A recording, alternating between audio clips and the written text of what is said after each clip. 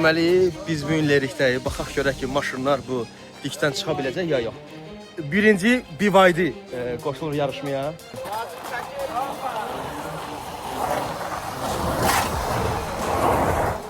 BYD çıxdı.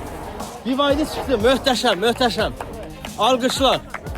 Elmir qardaşımızın çanqanında baxaq görək çıxa biləcək yoxsa yox. Özgüvənlidir. Yəni özgüvəni partdır bu dəqiqə. Haydi.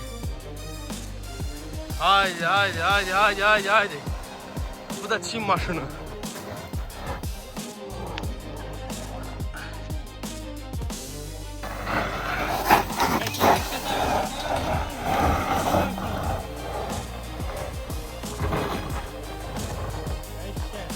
Möhtəşəm, alqışlar, alqışlar, alqışlar.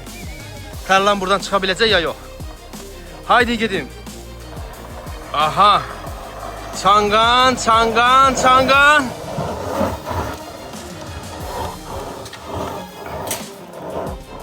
Yox, çangan çıxanmır.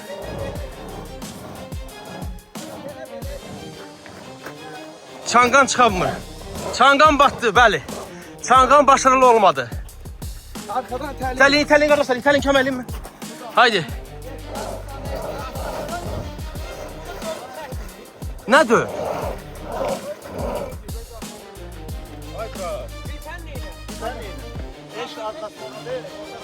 Ha, qaganız bir dəfəyə çıxdı. Və BYD bir dəfəyə çıxdı. Bir ayda qaganız elə. Daha sonra Oktay çıxdı, bəli. Bəli, onu göndərərsən. Göndərəcəm.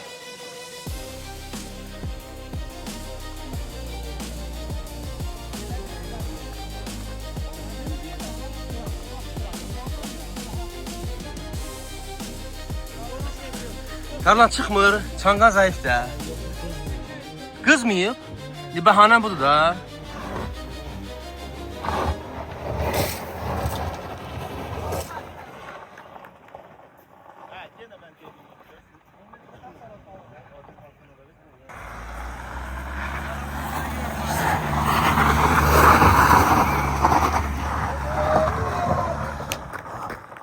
Bir dəfəyə çıxdı.